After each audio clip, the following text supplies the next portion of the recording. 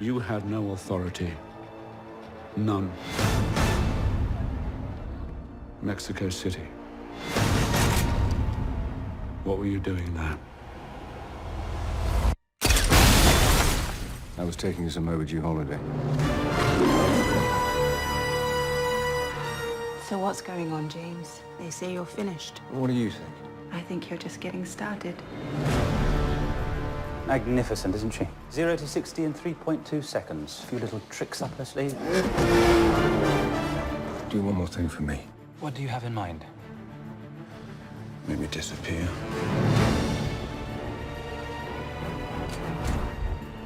Tell me where he is. He's everywhere. If you go there, you're crossing over to a place where there is no mercy. You're protecting someone. Get away from me! Why should I trust you? Because right now, I'm your best chance of staying alive. This organization, do you know what it's called? Its name is Spectre. Do you know who links them all? Me. Welcome, James. You came across me so many times, yet you never saw me. What took you so long?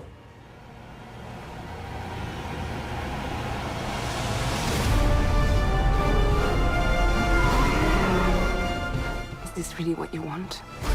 Living in the shadows? Hunting? Being hunted? Always alone? I don't stop to think about it. It was me, James. The author of all your pain.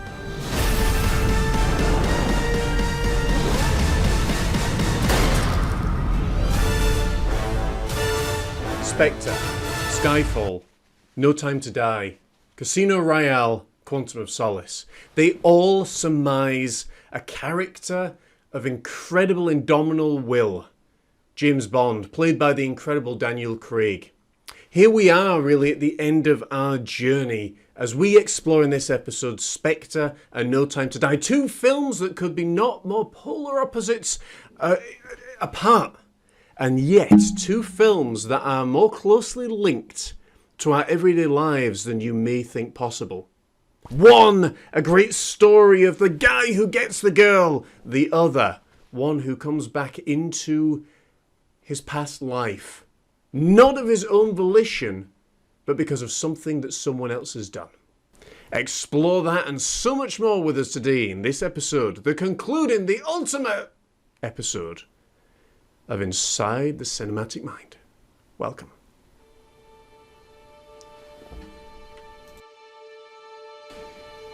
During any time of great change, you'll find it comes in three stages. First of all, the idea. Second of all, the no man's land stage. The stage where you want to go back to what was.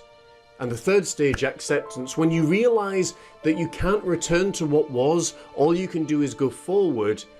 And that's where full change takes place. That's why so many people very rarely ever change. In Spectre, we find that James Bond, for the first time in a long time, is now without M. He's without guidance. But not for long, because M will be replaced, of course. The only problem is, the M that they have chosen is a little bit more of a colourful character, but we'll get to that later on, particularly in No Time to Die. But when you come to Spectre, you find this great story that's there. It really culminates everything. It's kind of a standalone story, so if you look at it in the pairings of the five films that are there, you've got Quantum of Solace and Casino Royale, obviously in reverse order, that literally are married together. Then you've got Skyfall, the ultimate film, and then you've got Spectre, which is the next, it's like, how are they going to do after this film? Well, they did really, really well with it. If you've seen the film, it is the ultimate James Bond kind of performance. You've got the cars, you've got the big stars, you've got the ultimate nasty, evil, stinky villain. You've got all the exciting things that you have come to know and love about a James Bond film. But what makes this one really, really special is that he gets the girl. He goes off into the sunset, he's able to walk away, he's vanquished the villain, he's done all that he needed to do, and he's saved the world, basically. And I love this film. Skyfall and Spectre to me are two of my absolute favourite James Bond films of all time. Of all time. Because of the story that they tell, the music, the performance, the production, the lighting, the locations, everything that's there in this film is incredible. But what I love about this film in particular as well is it tells such a great story from a psychological perspective of somebody who's gone through that transitional process, someone who's going through continuously that transitional process after losing someone near and dear to them, and someone who is coming out the other end and is able to say, yes, I went through this, yes, this happened, but I don't own it, I never own anything in life, I just experience it, and now I get the opportunity to move on. And as you see in this beautiful film, you know, I mean, we've gone up into the mountains, we're going to London, we go all over the planet, and it really tells a phenomenal love story that's there. And if you are a fan of great stories and historical romances, you will absolutely love this. When we find in life that we've gone through really difficult times, we've loved and lost, we've gone through heartbreak, we've gone through difficulty, we've got time and struggle, the ability to love again is not only so rare and so precious, but when you find it, man, you want to hold on to it with all that you have. And when James meets Madeleine, you know, it is so beautiful. Because initially she wants nothing to do with him. And then she comes to find that, you know, he's trying to help, he's more than that, she grows to love him. All the stuff in a whirlwind romance and everything. And James displays his true character towards the end of the film because he's given an ultimatum. Look, you can either save yourself and forsake your beloved Madeleine, or you can go and save her and go up in a blaze of glory with her. What I love about this film as well, and the entire series, is how it all connects together. Whereas the Pierce Brosnan films, whereas the Roger Moore films, whereas the Sean Connery films were more, possibly not Sean Connery, but certainly the other aforementioned gentlemen were sort of standalone films. You could do a lot. Pierce Brosnan didn't follow any particular villain or any particular pattern. He literally was one film after another. Whereas Daniel Craig, I mean, when they blew up, you know, the headquarters in Skyfall, now you're seeing that again being used as part of the story. It's like, man, we're setting this entire thing up and it works so well.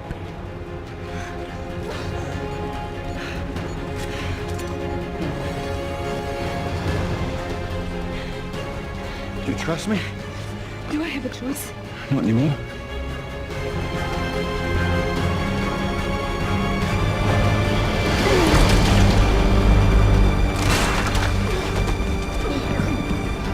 Come on!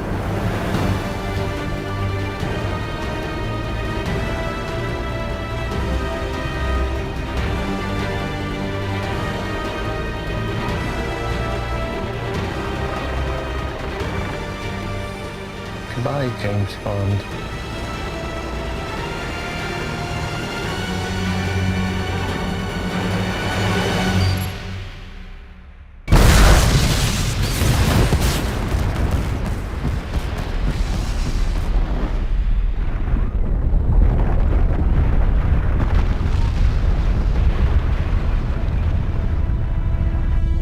Blofeld is the ultimate villain in this. You know, he is the ultimate, you know, man, you want to see him and get his booty kicked.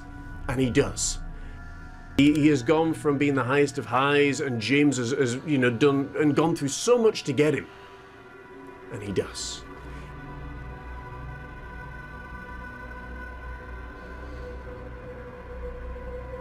Finish it.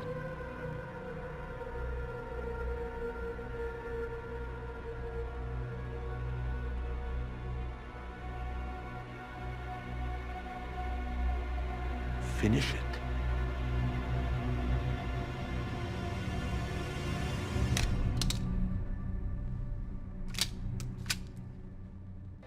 I've got something better to do.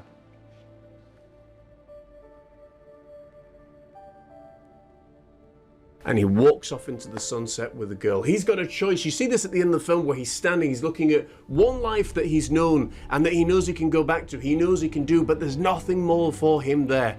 And the other life, he looks at and he thinks, gosh, I've got an opportunity here to be happy, to go off into the sunset, as New M said that he should in Skyfall. You know, why not just stay dead? Now he's got an opportunity to do that. And that's what he chooses. He chooses love. And love wins. And you think, yes, great, that's it. He's gone off in the sunset. My goodness, all is good, all is right with the world. It's an incredible end to such a beloved character. Wow, hallelujah, praise the Lord, pass the collection plate, all is right with the world. But as art imitates life, and perception often is reality, we find that all suffering comes from choices. Choices we made for ourselves or choices that have been made for us. And when New M gets involved, however good his intentions may be, with a severe blood targeting, murderous, injective gas sort of weapon, you find that as much as you try to run from your old life, that oftentimes your old life comes back to haunt you. You've heard it said many times, folks, we reap what we sow, more than what we sow, later than what we sow.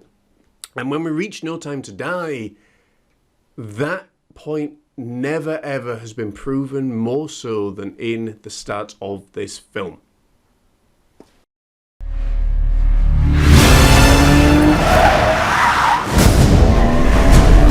Why would I betray you? We all have our secrets. We just didn't get to yours yet.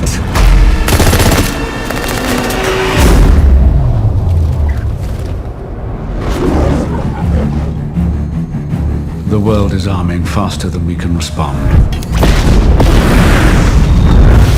Where's 007? I need a favor, brother. You're the only one I trust for this. The world's moved on, Commander Bond. You were 00? 2 years. So stay in your lane. You get in my way, I will put a bullet in your knee. The one that works. I thought you two would get along. Name? Bond. James Bond. So you're not dead? Hello, Q. I've missed you. It's the most valuable asset this country has. If you feel yourself losing control, I'm not going to lose control. James, you gave up everything for her. When her secret finds its way out, it'll be the death of you. What is it? You don't know what this is. James Bond. License to kill. History of violence. I could be speaking to my own reflection. Only your skills die with your body. Mine will survive long after I'm gone. History isn't kind to men who play God.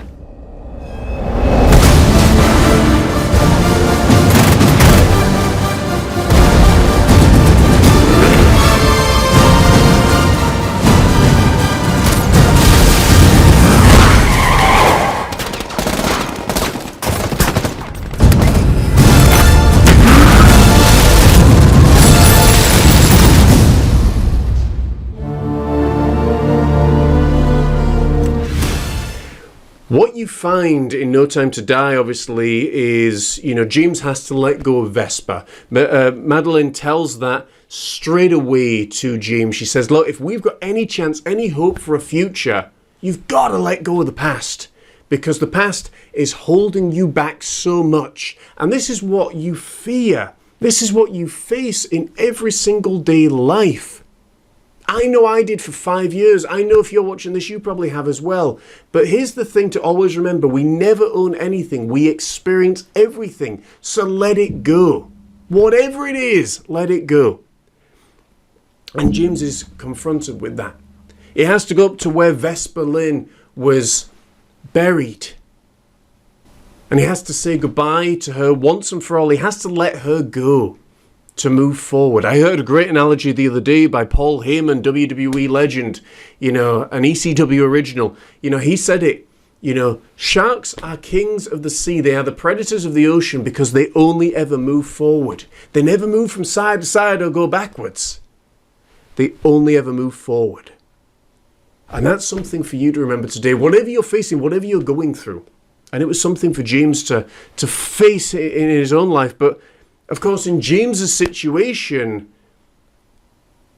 no matter the fact that he's gone off into the sunset, he's travelled to Brazil, he's gone off and he's happy and he's man with the love of his life and everything and all is good throughout the world, his past comes back to haunt him.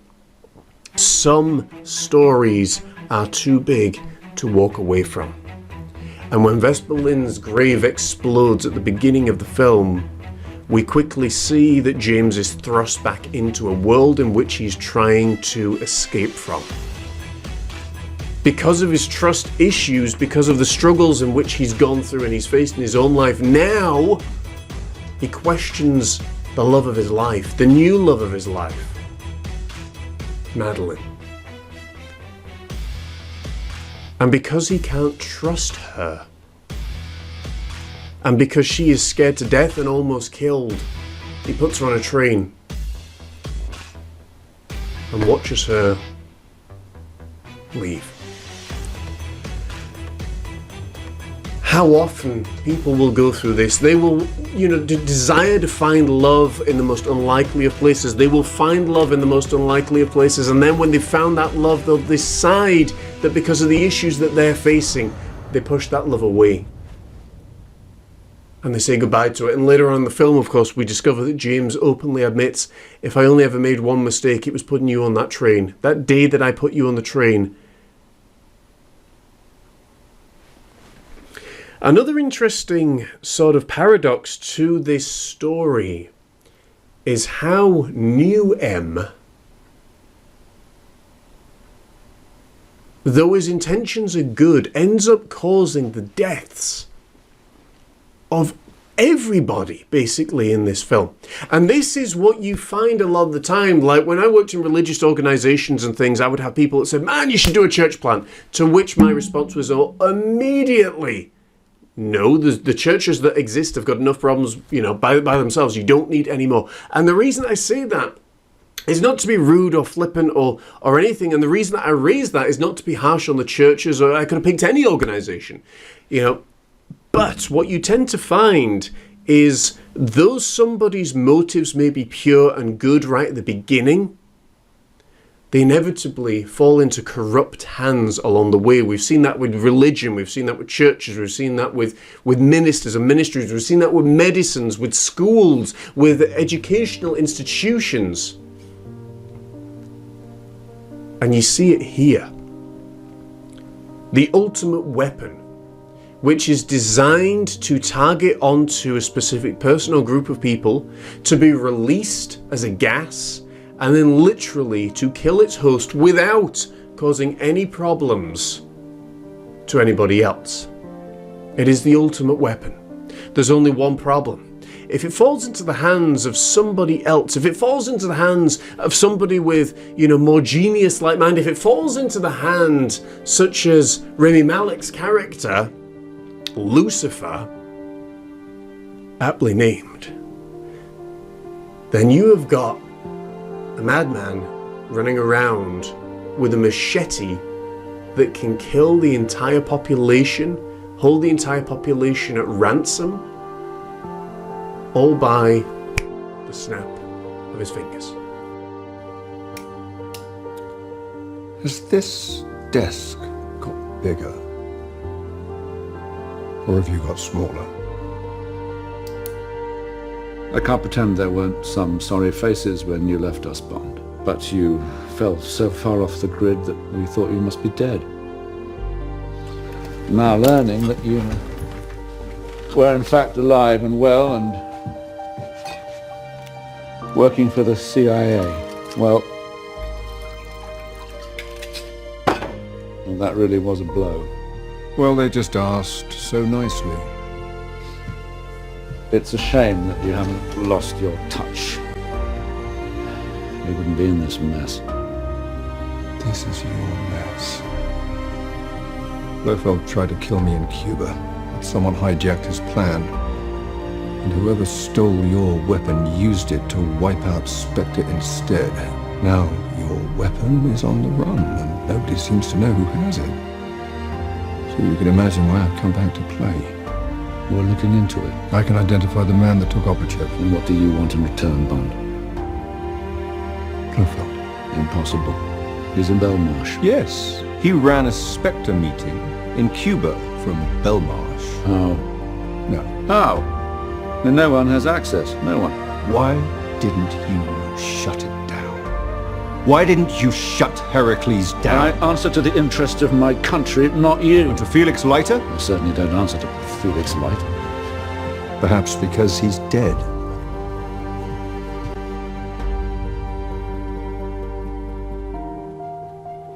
I'm sorry.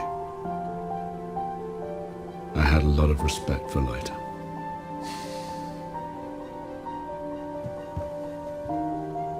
Look, if you have information, I'd be happy to receive it. Get me into Belmarsh. No, Blofeld's the only member of Spectre still breathing. I can't risk that. Oh, but you will risk developing a DNA targeting weapon with a corrupt scientist for 10 years? There was nothing to suggest that Obrachev was working for anyone else. I had him down. My God, you're thirsty at the moment. You have no right to speak to me that way. You have no right to make insinuations about my judgment. If you've nothing left to give, you are irrelevant. You've done your bit and we thank you for your service. Again. Goodbye. So far, Blofeld is dead. Felix is dead. There's a lot going on in this film. James reunites with Madeleine. He discovers he's got a daughter. He's discovering, all these things about himself that man he wishes he'd had, and all these things. But he's pulled back into the line of fire, the line of duty after he's walked away from it. Because he feels he can't say no, he's got to do something. Because he can't escape his old life, so rather than trying to run from it for the rest of his existence, he has to fight back. And this is a lesson for all of us, folks. We reap what we sow, more than what we sow, later than what we sow. So be very careful of the seeds that you sow, because they will be your future. Never ever has it been more evident in a film and a production than what you see here in No Time to Die. James, out of sheer love for his daughter and for his beautiful lady, steps back into the line of fire to protect them. This is a film I always felt that was more about Madeleine's character than it, to a degree, it was about James's character. It begins with her, it ends with her. It is the ultimate sort of comparison to George Lazenby's portrayal of James Bond. And if you haven't seen that particular rendition, I encourage you to go and watch it. Because as we see, all the way through George's portrayal of James Bond, he's a very different Bond. He's a Bond that feels, he's a Bond that cares. Whereas before, with Sean Connery, James Bond had only been ever this kick-ass machine. Literally, nothing can stop James Bond. But as we see here, this Bond feels, this Bond has emotion, this Bond loves, this Bond cares, this Bond has all the anxieties and complexities of life that so many of us know so well. He's not a robot, he's not a machine, he is a human being. He's an old human being, he's an old tired dog that can't escape the life that he has forged for himself. And his family can't escape the life that they were dragged into. When you observe the ending of this film, And it's a long film. There's a lot that happens in this film. There's a lot of different things we could pick up on. We're just picking up on the main points, of course. And you see the character of Lucifer, Rami Malek, who would use a child as a bargaining tool. It shows you the sickness of a character. It shows you the illness of the world, because this is what is happening, folks. People are having children used as bargaining chips. Remember the institutions we talked about earlier on. As I mentioned to you, do you really feel safe sending your son or daughter to school? Either out of fear because somebody's going to come in and do something horrible to them, or they're going to be snatched, or they're going to be indoctrinated and literally brainwashed by the institutions that are meant to protect them, that are meant to help them grow, that are meant to help them develop and blossom. Not use them as social science experiments. And yet here we have this character in Lucifer that will openly say when Matilde wants away from this evil man, well, I can no longer protect you. He's used her mother. He's used her mother to invoke fear. He's used the daughter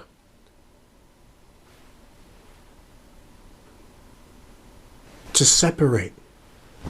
I don't know about you, but if you've ever had children that you've either worked with or of your own or been guardian over, and when they've had something horrific happen in their life and they're snatched away and you don't get to see them anymore, and you don't have that relationship with them anymore, and you miss them, you worry about them, you care for them. When you see that, I can't even imagine what that's like as a parent, to go through that, to have your daughter snatched away from you, and yet that's what happens. That's what happens in the film. And Bond comes in and, he's trying to save the day, and he's got this, unbelievable mission to accomplish.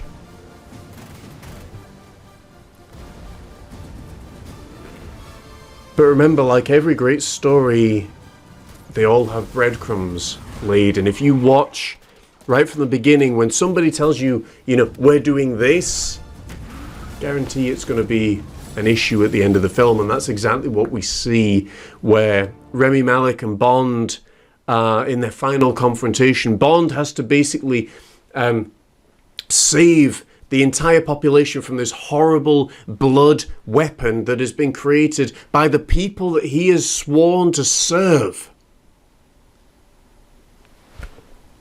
And it's on this island, and you got to blow it up, and the only way to do that is open the nuclear blast doors, and man, let missiles flow on down. End up in a ferocious battle.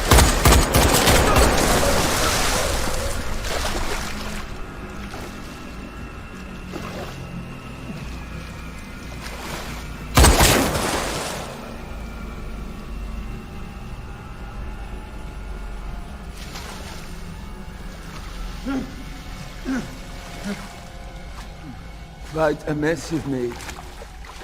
Like an animal.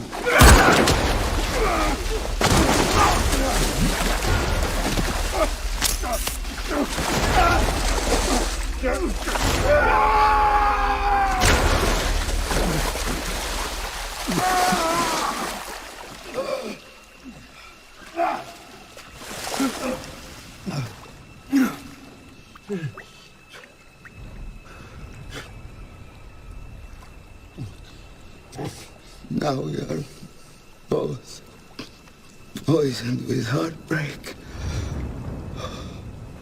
Two heroes in a tragedy of our own making.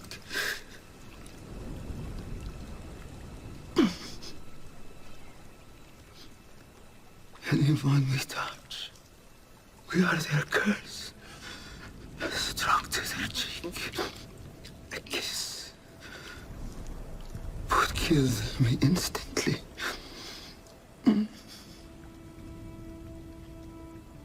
Yes, Madeline. Yes, Mathilde.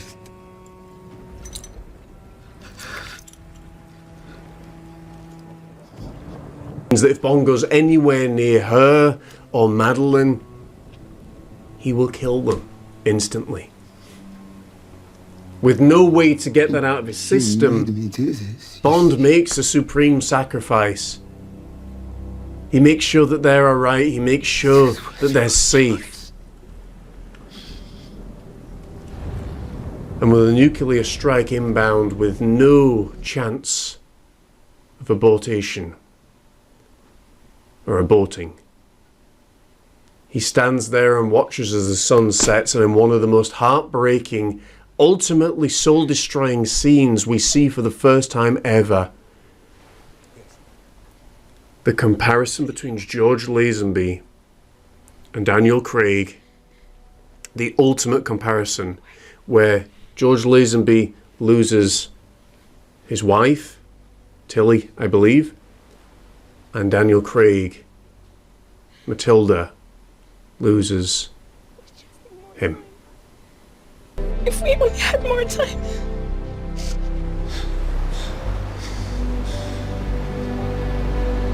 You have all the time in the world. I love you. I love you too.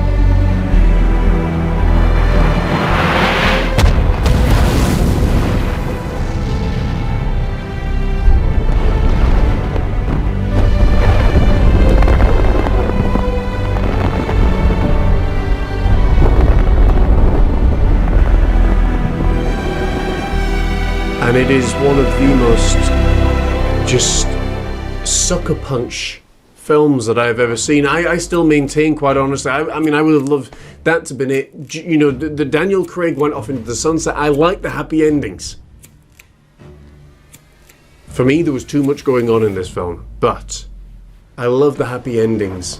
And when you see this for a grown man, former bodybuilder, former amateur wrestler, former of a lot of different things, to make me cry in the cinema, surrounded by about 500 other people that were all there in sobs, all with their jaws hanging open.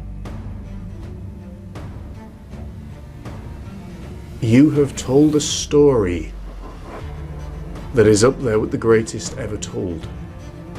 When you can make somebody feel and care for your characters, when you can touch and enrich their lives and their souls, you have succeeded in your mission. The comparisons that we can draw between these two films are very simple. As we've said, you reap what you sow, more than what you sow, later than what you sow, so be so careful of what you sow and do. The second one is, when you try to go off into the sunset after the life you've lived and forged for yourself, sometimes it's not as easy as what you think. Sometimes there are things and people and places that will draw you back. You find that the allure of the sunsets night after night after night is not nearly as exciting as being in the hunt, being in the thrill of the chase, seeing life move on, without you. It is one of the hardest things for a lot of celebrities, a lot of people that have been busy all their life, to accept that life moves on without them. We see that in this film, how the 00 number is assigned to a new agent. The final thing I want to leave you with this, the final point I want to leave you with this. No matter how good somebody's intentions may be, power corrupts. And when you have ultimate power, you have ultimate corruption. That is why a one world government would be the worst thing for this planet. That is why cashless societies would be the worst thing for its people. That is why you must always use your voice to stand up and fight for what's right. Be for something positive. And when you see stuff going on, don't just accept it. Otherwise, you inhabit a world, much like what M tried to create, where you have to create these vile poisons in order to neutralize your enemy. But when it all comes down to it, Bond died, Felix died, Blofeld died, countless others died, and it was all on M's hands. And he has to live with that. He has to live with that, and the sad thing about it is the emotionless character of M, as we've seen over and over again. Basically, he picks up a glass, tips a glass, has a nice whiskey, and then the closing statement basically is, come on folks, we've got work to do. Hardly befitting for somebody who's just given their life for you, is it? Not to exist. I shall not waste my days trying to prolong them. I shall use my time.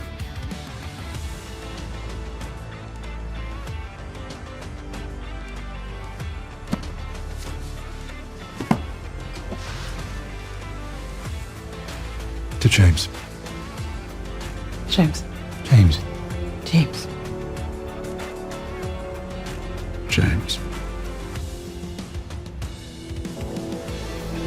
Right. Back to work. So think about that next time you hear about all these veterans, all these people going off to war, all these other people that are struggling in their business, that are struggling in their place of work, that are struggling full stop, that go through copious amounts of garbage and crap every single day, that know what it's like to suffer and have to deal with your boss and your manager every single day and fear them. And then ask yourself, if you leave that profession, will they tip a glass to you? Have a drink in your name? Or will they just move on and replace you like that? Folks, thank you so much for watching this series of Daniel Craig's portrayal of James Bond. I hope you've absolutely loved it. If you have, don't forget to do all that great stuff of liking, sharing, subscribing. We're going to put this out in full video format at some point in the very, very near future because I think it deserves so much appreciation and so much love. So make sure to share the nuts off of this thing and help our little channel grow, and we really appreciate it. As always, come and check us out in the links below. Go and check out my brand new book that's up on Amazon, The Battles We All Face, available in paperback, hardback, ebook and audiobook as well very soon from Audible and from our website right now at thejohnmorris.co.uk. And of course, if you're struggling in your own life, don't sit there in silence. Don't sit there and waste your money with people who maybe can't get you from where you are to where you want to be. Reach out to people that have actually gone through this stuff. And that is why, and the only reason, that our version of Mind, Body and Soul, The Battles We All Face, mentoring services actually exist, is to get you from where you are to where you want to be. Have a phenomenal day, my friends. Take care, God bless, and we will see you same place, same time next week as we review Inside the Cinematic Mind, a presentation of A Man Called Otto. I think you're going to love this one. Have a phenomenal day, my friends. Take care.